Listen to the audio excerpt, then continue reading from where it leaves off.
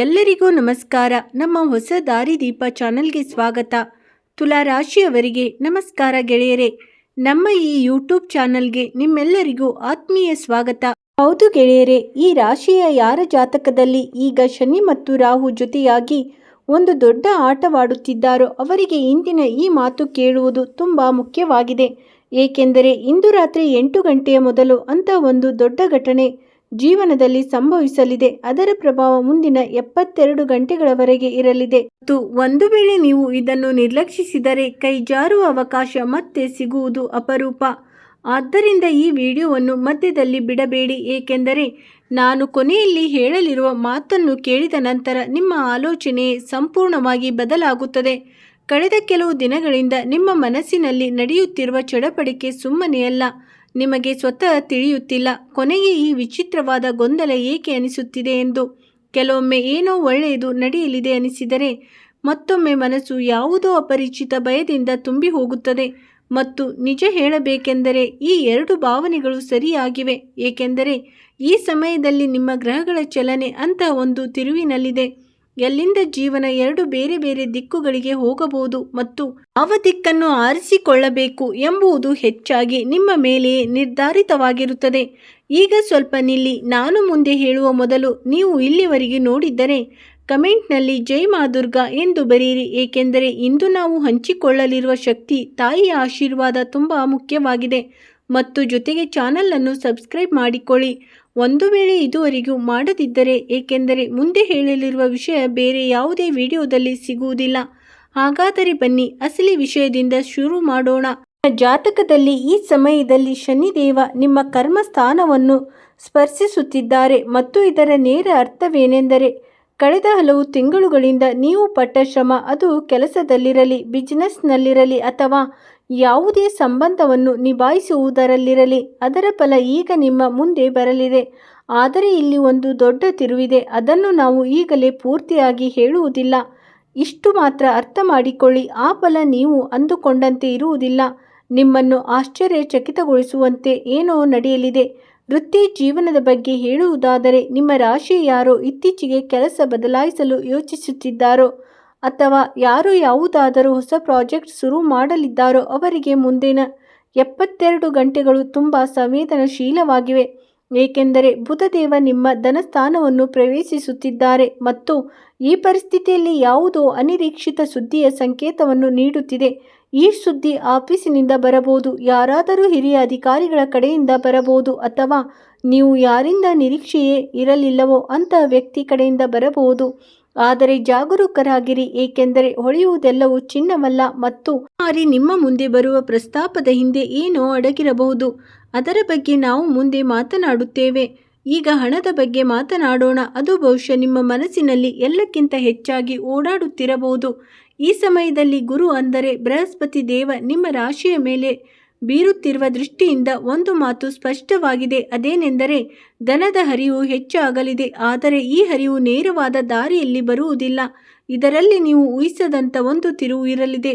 ಬಹುಶಃ ನೀವು ಎಲ್ಲೋ ಸಿಲುಕಿಕೊಂಡಿದೆ ಎಂದುಕೊಂಡಿದ್ದ ಹಳೆಯ ಹಣ ಅನಿರೀಕ್ಷಿತವಾಗಿ ವಾಪಸ್ ಬರುವ ದಾರಿ ಕಂಡುಕೊಳ್ಳಬಹುದು. ಅಥವಾ ಆರಂಭದಲ್ಲಿ ಅಪಾಯಕಾರಿ ಎನಿಸುವ ಆದರೆ ಮುಂದೆ ಹೋಗಿ ನಿಮ್ಮ ಅತಿ ದೊಡ್ಡ ಗಳಿಕೆಯ ಮಾರ್ಗವಾಗುವಂತಹ ಅವಕಾಶ ನಿಮ್ಮ ಮುಂದೆ ಬರಬಹುದು. ಆದರೆ ಸ್ವಲ್ಪ ನಿಲ್ಲಿ, ಅಸಲಿ ವಿಷಯ ಇನ್ನೂ ಬಾಕಿ ಇದೆ. ಏಕೆಂದರೆ ನಾನು ಇಲ್ಲಿವರೆಗೆ ಹೇಳುತ್ತಿದ್ದುದು ಕೇವಲ ಆರಂಭವಷ್ಟೇ. ಅಸಲಿ ಆಟ ಸಂಜೆಯ ನಂತರ ಶುರುವಾಗುತ್ತದೆ. ಮತ್ತು ಇದೇ ಕಾರಣದಿಂದ ಈ ವಿಡಿಯೋವನ್ನು 2 ಭಾಗಗಳಾಗಿ ಮಾಡಲಾಗಿದೆ. ಇದರಿಂದ ಪ್ರತಿಯೊಂದು ಅಂಶವನ್ನು ಆಳವಾಗಿ ಅರ್ಥ ಮಾಡಿಕೊಳ್ಳಬಹುದು. ಹಾಗಾಗಿ ನೀವು ನಿಜವಾಗಿಯೂ ನಿಮ್ಮ ಭವಿಷ್ಯವನ್ನು ತಿಳಿಯಲು ಬಯಸಿದರೆ ಗಮನವಿಟ್ಟು ಕೇಳುತ್ತೀರಿ. ಈಗ ಸಂಬಂಧಗಳ ಮತ್ತು ಪ್ರೀತಿಯ ಪ್ರಪಂಚಕ್ಕೆ ಬರೋಣ. ಯಾರು ಈಗಾಗಲೇ ಯಾವುದಾದರೂ ಸಂಬಂಧದಲ್ಲಿದ್ದಾರೋ ಅವರಿಗೆ ಈ ಸಮಯ ಸ್ವಲ್ಪ ಗೊಂದಲಮಯವಾಗಿದೆ. ಏಕೆಂದರೆ ಶುಕ್ರದೇವ ಈ ಸಮಯದಲ್ಲಿ ದುರ್ಬಲ ಸ್ಥಿತಿಯಲ್ಲಿದ್ದಾರೆ. ಇದರರ್ಥ ಸಣ್ಣ ಪುಟ್ಟ ವಿಷಯಗಳು ದೊಡ್ಡ ತಪ್ಪು ತಿಳುವಳಿಕೆಗಳಾಗಿ ಬದಲಾಗಬಹುದು. ನಿಮ್ಮ ಸಂಗಾತಿಯ ಜೊತೆ ಕಳೆದ ಕೆಲವು ದಿನಗಳಿಂದ ಮನಸ್ಸಿನಲ್ಲಿ ಅಡಗಿರುವ ಯಾವುದೇ ಹೇಳದ ಮಾತು ಇಂದು ಸಂಜೆಯ ಸುಮಾರಿಗೆ ಹೊರಬರಬಹುದು. ಮತ್ತು ಇದರ ಪರಿಣಾಮ ಏನಾಗಬಹುದು ಎಂಬುದು ಸಂಪೂರ್ಣವಾಗಿ ನೀವು ಆ ಕ್ಷಣವನ್ನು ಹೇಗೆ ನಿಭಾಯಿಸುತ್ತೀರಿ ಎಂಬುದರ ಮೇಲೆ ಅವಲಂಬಿತವಾಗಿರುತ್ತದೆ. ಯಾರು ಒಂಟಿಯಾಗಿದ್ದಾರೋ ಮತ್ತು ಯಾರಿಗಾದರೂ ಕಾಯುತ್ತಿದ್ದಾರೋ ಅವರಿಗೆ ಈ ಸುದ್ದಿ ಸ್ವಲ್ಪ ಭಿನ್ನವಾಗಿದೆ. ಏಕೆಂದರೆ ನಿಮ್ಮ ಜಾತಕದಲ್ಲಿ ಈ ಸಮಯದಲ್ಲಿ ಒಂದು ಹೊಸ ಯೋಗ ಮೂಡುತ್ತಿದೆ. ಅದನ್ನು ಜ್ಯೋತಿಷ್ಯದಲ್ಲಿ ತುಂಬ ವಿಶೇಷ ಎಂದು ಪರಿಗಣಿಸಲಾಗುತ್ತಿದೆ. ಈ ಯೋಗದ ಪ್ರಭಾವದಿಂದ ಅಂತಹ ಒಬ್ಬ ವ್ಯಕ್ತಿ ನಿಮ್ಮ ಜೀವನದಲ್ಲಿ ಬರಲಿದ್ದಾನೆ. ಅವರ ಭೇಟಿ ಯಾವುದೇ ಸಾಮಾನ್ಯ ರೀತಿಯಲ್ಲಿ ಆಗದೆ ಅನಿರೀಕ್ಷಿತ ಪರಿಸ್ಥಿತಿಯಲ್ಲಿ ಆಗಲಿದೆ.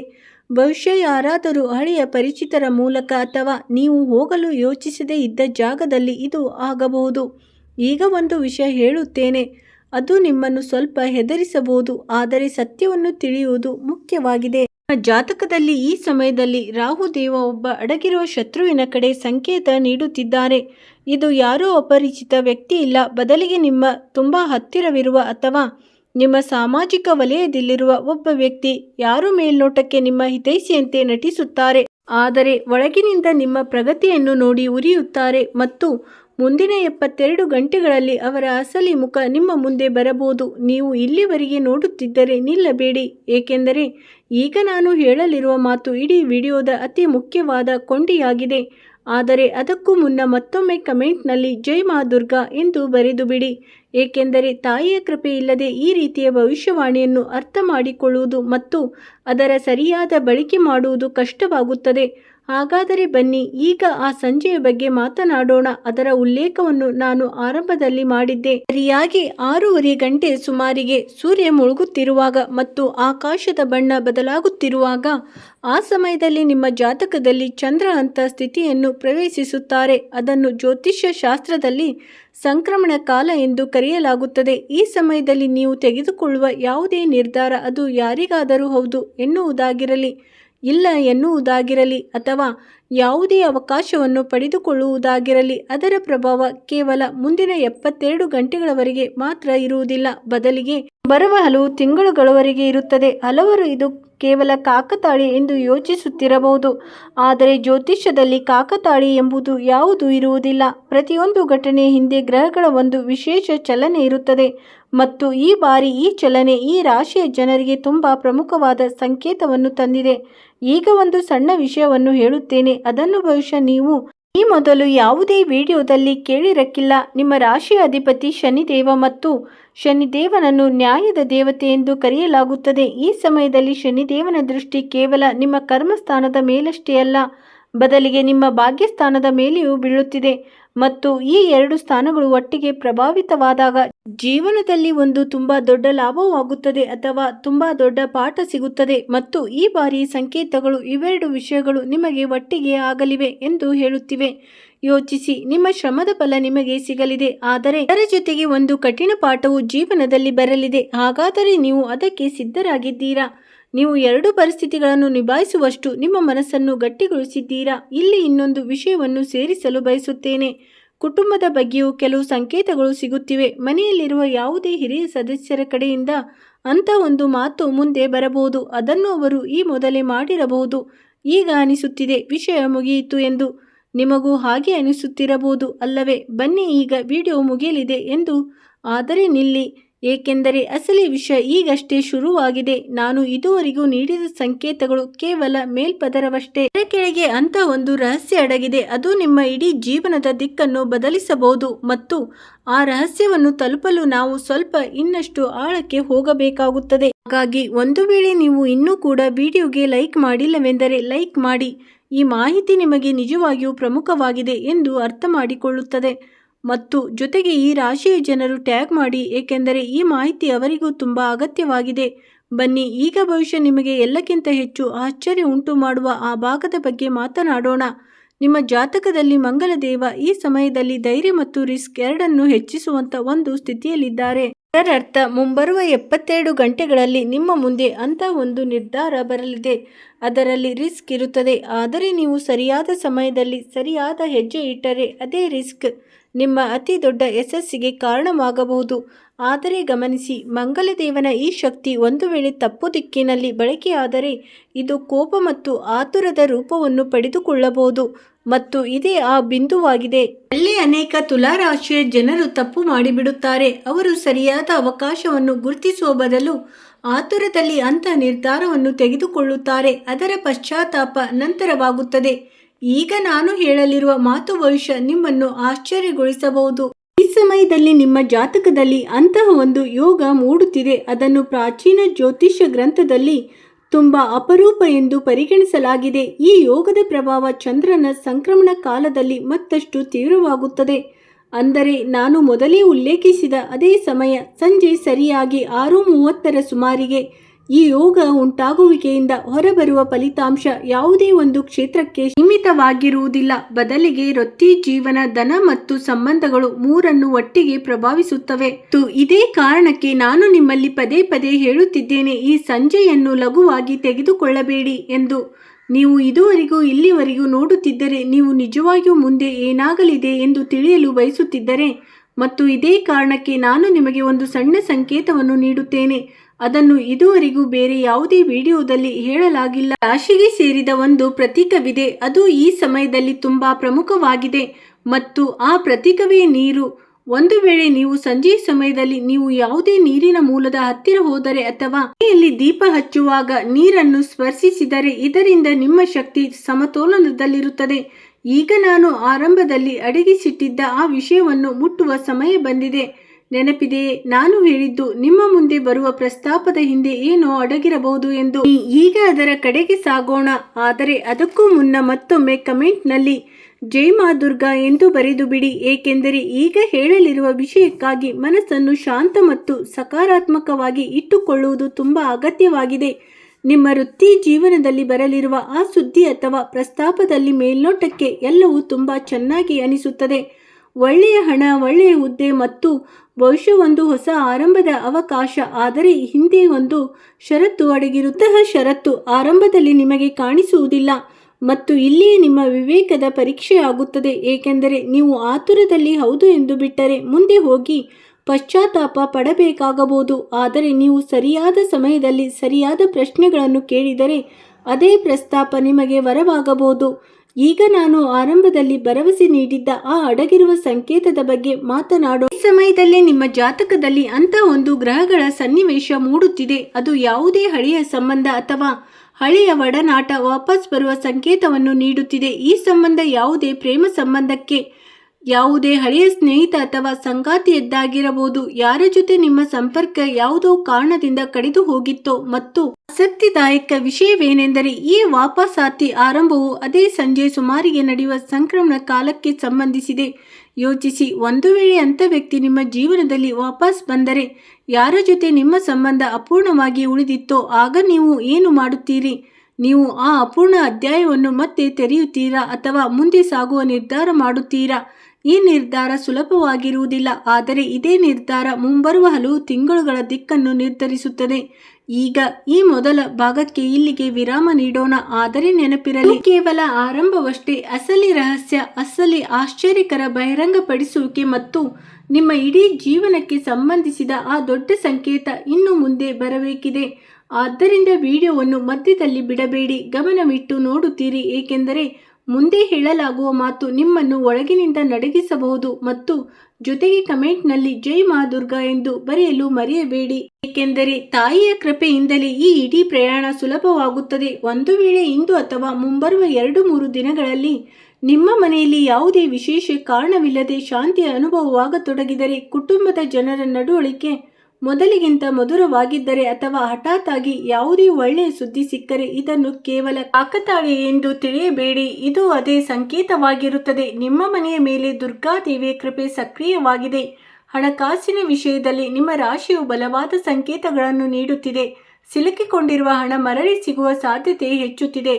ಹೊಸ ಕೆಲಸದ ಆರಂಭಕ್ಕೆ ಯೋಗ ಕೂಡಿ ಬರುತ್ತಿದೆ. ನೀವು ದೀರ್ಘಕಾಲದಿಂದ ಆರ್ಥಿಕ ಒತ್ತಡಗಳಲ್ಲಿದ್ದರೆ ಈಗ ನಿಧಾನವಾಗಿ ನೆಮ್ಮದಿ ಸಿಗಲಾರಂಭಿಸುತ್ತದೆ. ಹೌದು, ತಾಳ್ಮೆಯಿಂದ ಇರಬೇಕು. ಏಕೆಂದರೆ ತಡವಾಗಿ ಸಿಗುವ ಫಲ ದೀರ್ಘಕಾಲದವರೆಗೆ ಜೊತೆಯಾಗಿ ಇರುತ್ತದೆ. ಕಾರ್ಯಕ್ಷೇತ್ರದಲ್ಲಿ ನಿಮ್ಮ ಶ್ರಮ ವ್ಯರ್ಥವಾಗುವುದಿಲ್ಲ. ಜನರು ನಿಮ್ಮ ಶ್ರಮವನ್ನು ಗೌರವಿಸುವುದಿಲ್ಲ ಎಂದು ನೀವು ಹಲವು ಬಾರಿ ಯೋಚಿಸುತ್ತಿರಬಹುದು. ಆದರೆ ಈಗ ಪರಿಸ್ಥಿತಿಗಳು ಬದಲಾಗುತ್ತಿವೆ. ನಿಮ್ಮ ಗೌರವ ಹೆಚ್ಚಾಗುತ್ತದೆ. ನಿಮ್ಮ ಕೆಲಸದ ಬಗ್ಗೆ ಚರ್ಚೆ ನಡೆಯಲಿದೆ ಮತ್ತು ಒಬ್ಬ ಪ್ರಮುಖ ವ್ಯಕ್ತಿಯ ನಂಬಿಕೆಯು ನಿಮ್ಮನ್ನು ಮುಂದೆ ಕೊಂಡೊಯ್ಯಬಹುದು. ಪ್ರೀತಿ ಮತ್ತು ಕುಟುಂಬದಲ್ಲಿಯೂ ಸಕಾರಾತ್ಮಕ ಬದಲಾವಣೆಗಳು ಕಂಡುಬರುತ್ತಿವೆ. ಯಾರಾದರೂ ಆಪ್ತರಿಂದ ದೂರವಿದ್ದರೆ ಅದನ್ನು ಕಡಿಮೆ ಮಾಡಲು ಪ್ರಯತ್ನಿಸಿ. ಹಲವು ಸಂಬಂಧಗಳು ಕೇವಲ ಒಂದು ಪ್ರಾಮಾಣಿಕ ಸಂಭಾಷಣೆಯಾಗಿ ಕಾಯುತ್ತಿರುತ್ತವೆ. ನಿಮ್ಮ ಒಂದು ಮುನ್ನಡೆಯು ವರ್ಷಗಳ ತಪ್ಪು ತಿಳುವಳಿಕೆಯನ್ನು ದೂರ ಮಾಡಬಹುದು. ಈಗ ಒಂದು ಕೊನೆಯ ಆಧ್ಯಾತ್ಮಿಕ ಸಂಕೇತವನ್ನು ಕೇಳಿಕೊಳ್ಳಿ. ಇಂದು ರಾತ್ರಿ ಮಲಗುವ ಮುನ್ನ ದುರ್ಗಾದೇವಿಯನ್ನು ಸ್ಮರಿಸಿ ಮತ್ತು ದೀಪವನ್ನು ಹಚ್ಚಿ. ಸಾಧ್ಯವಾದರೆ ಪೂರ್ಣ ಮನಸ್ಸಿನಿಂದ ಪ್ರಾರ್ಥಿಸಿ. ಇದರಿಂದ ನಿಮ್ಮ ಮನೆಯಿಂದ ನಕಾರಾತ್ಮಕತೆ ದೂರವಾಗಲಿ, ಕುಟುಂಬದಲ್ಲಿ ಸುಖ ಶಾಂತಿ ನೆಲೆಸಲಿ ಮತ್ತು ನಿಮ್ಮ ಶ್ರಮಕ್ಕೆ ತಕ್ಕ ಫಲ ಸಿಗಲಿ.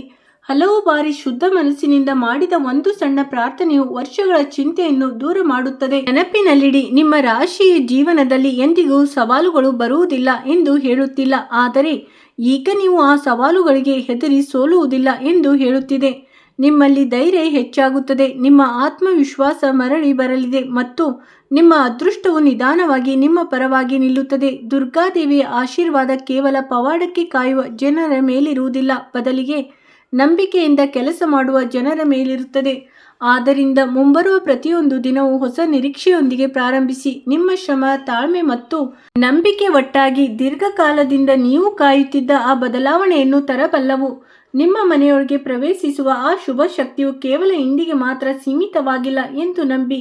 ನೀವು ಧನಾತ್ಮಕ ಚಿಂತನೆ, ಒಳ್ಳೆಯ ಕೆಲಸಗಳು ಮತ್ತು ದುರ್ಗಾದೇವಿಯ ಮೇಲೆ ಶ್ರದ್ಧೆಯನ್ನು ಇಟ್ಟುಕೊಂಡರೆ ಮುಂಬರುವ ಸಮಯವು ನಿಮ್ಮ ಜೀವನದಲ್ಲಿ ಹೊಸ ಸಂತೋಷ, ಹೊಸ ಅವಕಾಶಗಳು ಮತ್ತು ಹೊಸ ಯಶಸ್ಸನ್ನು ತರುತ್ತದೆ. ನೀವು ಕೈಬಿಟ್ಟಿದ್ದ ಹಲವು ಕನಸುಗಳು ಮತ್ತೆ ಜೀವಂತವಾಗುತ್ತವೆ. ನೀವು ಹಿಂತಿರುಗಿ ನೋಡಿದಾಗ ನೀವು ಈ ಸಂದೇಶವನ್ನು ಪೂರ್ಣ ನಂಬಿಕೆಯಿಂದ ಕೇಳಿದ ದಿನವೇ ಬದಲಾವಣೆ ಪ್ರಾರಂಭವಾಯಿತು ಎಂಬ ಅರಿವಾಗುತ್ತದೆ. ಕೊನೆಗೂ ನೀವು ಮೊದಲಿನಿಂದಲೂ ಕಾಯುತ್ತಿದ್ದ ಆ ಕ್ಷಣ ಬಂದೇ ಬಿಟ್ಟಿದೆ. ಈಗ ನಾನು ಆ ಕೊನೆಯ ಮತ್ತು ಅತ್ಯಂತ ದೊಡ್ಡ ರಹಸ್ಯವನ್ನು ಹೇಳಲಿದ್ದೇನೆ. ಅದಕ್ಕಾಗಿ ಈ ಇಡೀ ಪ್ರಯಾಣ ಆರಂಭವಾಗಿತ್ತು. ಆದ್ದರಿಂದ ಗಮನವಿಟ್ಟು ಕೇಳಿ ಮತ್ತು ಕೊನೆವರೆಗೂ ಇರಿ, ಏಕೆಂದರೆ ನೀವು ಕೊನೆ ಕ್ಷಣವನ್ನು ತಪ್ಪಿಸಿಕೊಂಡರೆ ಬಹುಶಃ ಈ ಭವಿಷ್ಯವಾಣಿ ನಿಜವಾದ ಅರ್ಥವನ್ನು ಅರ್ಥ ಮಾಡಿಕೊಳ್ಳಲು ನಿಮಗೆ ಸಾಧ್ಯವಾಗುವುದಿಲ್ಲ. ನಾನು ಇದುವರೆಗೆ ಹೇಳಿದ ಪ್ರಸ್ತಾಪ, ಸುದ್ದಿ ಮತ್ತು ಅವಕಾಶದ ಹಿಂದೆ ಅಡಗಿರುವ ನಿಜವಾದ ಸತ್ಯವೇನೆಂದರೆ, ನಿಮ್ಮ ಜಾತಕದಲ್ಲಿ ರೂಪಿತವಾಗುತ್ತಿರುವ ಆ ಅಪರೂಪದ ಯೋಗವು ಕೇವಲ ಒಂದು ಅವಕಾಶವನ್ನು ಮಾತ್ರ ತರುತ್ತಿಲ್ಲ, ಬದಲಿಗೆ ಒಂದು ಹಳೆಯ ಅಧ್ಯಾಯವನ್ನು ಶಾಶ್ವತವಾಗಿ ಮುಚ್ಚುತ್ತಿದೆ. ನಾವು ಮೊದಲು ಸೂಚಿಸಿದ ಆ ಶತ್ರು ತಾನಾಗಿಯೇ ತನ್ನ ನಿಜವಾದ ಮುಖವನ್ನು ಬಯಲು ಮಾಡಿಕೊಳ್ಳುತ್ತಾನೆ ಮತ್ತು ಅವನ ನಡವಳಿಕೆಗಳು ನಿಮ್ಮ ಮುಂದೆ ಎಷ್ಟು ಸ್ಪಷ್ಟವಾಗಿ ಬರುತ್ತವೆ ಎಂದರೆ ನಿಮಗೆ ಯಾವುದೇ ಪುರಾವೆಗಳ ಅಗತ್ಯವೂ ಇರುವುದಿಲ್ಲ. ಸತ್ಯವು ತಾನಾಗಿಯೇ ಹೊರಬರುತ್ತದೆ ಮತ್ತು ಆ ಹಳೆಯ ಸಂಬಂಧ ಅಥವಾ ಹಳೆಯ ಸಂಪರ್ಕವು ಮರಳಿ ಬರುವ ಸೂಚನೆ ನೀಡುತ್ತಿರುವುದು ಕೇವಲ ಕಾಕತಾಳೀಯವಲ್ಲ. ಆ ಮರಳುವಿಕೆ ಏಕೆ ಆಗುತ್ತಿದೆ ಎಂದರೆ ನೀವು ಆ ಅಪೂರ್ಣ ಅಧ್ಯಾಯವನ್ನು ನಿಮ್ಮ ಸ್ವಂತ ನಿಬಂಧನೆಗಳ ಮೇಲೆ ಮುಚ್ಚಲು ಸಾಧ್ಯವಾಗಲಿ ಎಂದಾಗಿದೆ. ಈ ಬಾರಿ ನಿರ್ಧಾರ ನಿಮ್ಮ ಕೈಯಲ್ಲಿ ಇರುತ್ತದೆ. ಯಾವುದೇ ಅನಿವಾರ್ಯತೆ ಇರುವುದಿಲ್ಲ, ಕೇವಲ ನಿಮ್ಮ ಸ್ವಂತ ಇಷ್ಟ ಇರುತ್ತದೆ. ಮತ್ತು ಈಗ ಶನಿದೇವ, ರಾಹುದೇವ ಮತ್ತು ಚಂದ್ರನ ಸಂಕ್ರಮಣ ಕಾಲ ಒಟ್ಟಾಗಿ ಕೆಲಸ ಮಾಡುತ್ತಿರುವ ಅತ್ಯಂತ ದೊಡ್ಡ ವಿಷಯವೇನೆಂದರೆ, ಮುಂಬರುವ 72 ಗಂಟೆಗಳಲ್ಲಿ ನೀವು ತೆಗೆದುಕೊಳ್ಳುವ ಯಾವುದೇ ನಿರ್ಧಾರವು ವೃತ್ತಿ ಜೀವನದಲ್ಲಿ ಇರಲಿ, ಹಣದ ವಿಷಯದಲ್ಲಿ ಇರಲಿ ಅಥವಾ ಸಂಬಂಧಗಳಲ್ಲಿ ಇರಲಿ, ಅದರ ಪ್ರಭಾವ ಮುಂಬರುವ ರಾಹುಕಾಲ ಅಂದರೆ ಸುಮಾರು 18 ತಿಂಗಳವರೆಗೆ ಇರುತ್ತದೆ.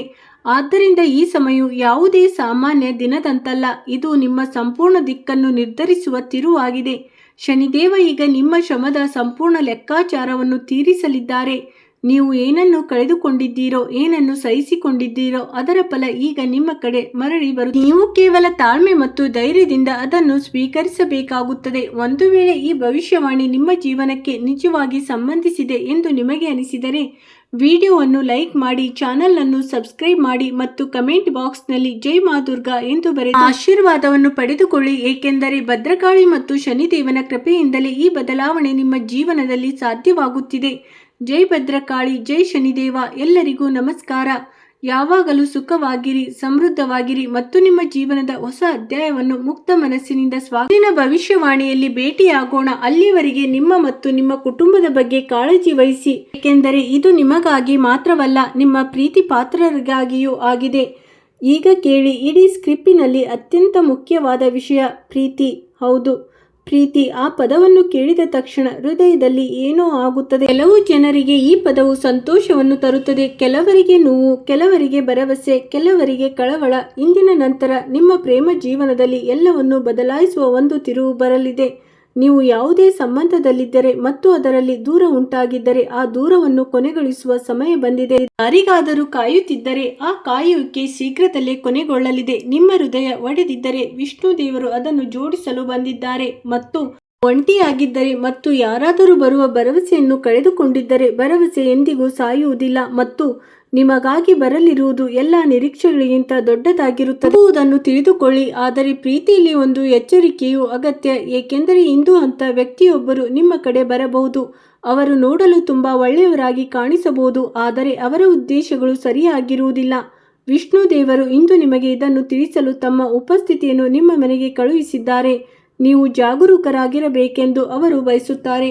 ಪ್ರೀತಿ ಮಾಡಿ, ಆದರೆ ಕಣ್ಣುಗಳನ್ನು ತೆರೆದಿಡಿದರೆ ಹಸಿದವರಿಗೆ ಊಟವನ್ನು ಕೊಡಿ. ಸ್ನೇಹಿತರೆ, ನೆನಪಿಟ್ಟುಕೊಳ್ಳಿ, ಹೊಟ್ಟೆ ಹಸಿವು ಎಂದರೆ ಅದು ಕೇವಲ ಊಟದ ಕೊರತೆಯಲ್ಲ, ಅದು ಒಂದು ಮೌನವಾದ ಕೂಗು. ನಾವು ಒಂದು ತುತ್ತು ಅನ್ನವನ್ನು ವ್ಯರ್ಥ ಮಾಡುವಾಗ ಬೀದಿಯ ಮೂಲೆಯಲ್ಲಿ ಯಾರೋ ಒಬ್ಬರು ಆ ತುತ್ತಿಗಾಗಿ ಕಾಯುತ್ತಿರುತ್ತಾರೆ. ಅವರ ಕಣ್ಣಲ್ಲಿ ಕಾಣುವ ಆ ಹಸಿವು ನಮ್ಮ ಮನಸ್ಸಿನ ತೃಪ್ತಿಯನ್ನು ಪ್ರಶ್ನಿಸುತ್ತದೆ. ದೇವರನ್ನು ದೇವಸ್ಥಾನದಲ್ಲಿ ಹುಡುಕುವ ನಾವು ಕೆಲವೊಮ್ಮೆ ಅವನು ಹಸಿದವನ ರೂಪದಲ್ಲಿ ನಮ್ಮ ಬಾಗಿಲಿಗೆ ಬಂದಿರುತ್ತಾನೆ ಎಂಬುದನ್ನು ಮರೆಯುತ್ತೇವೆ.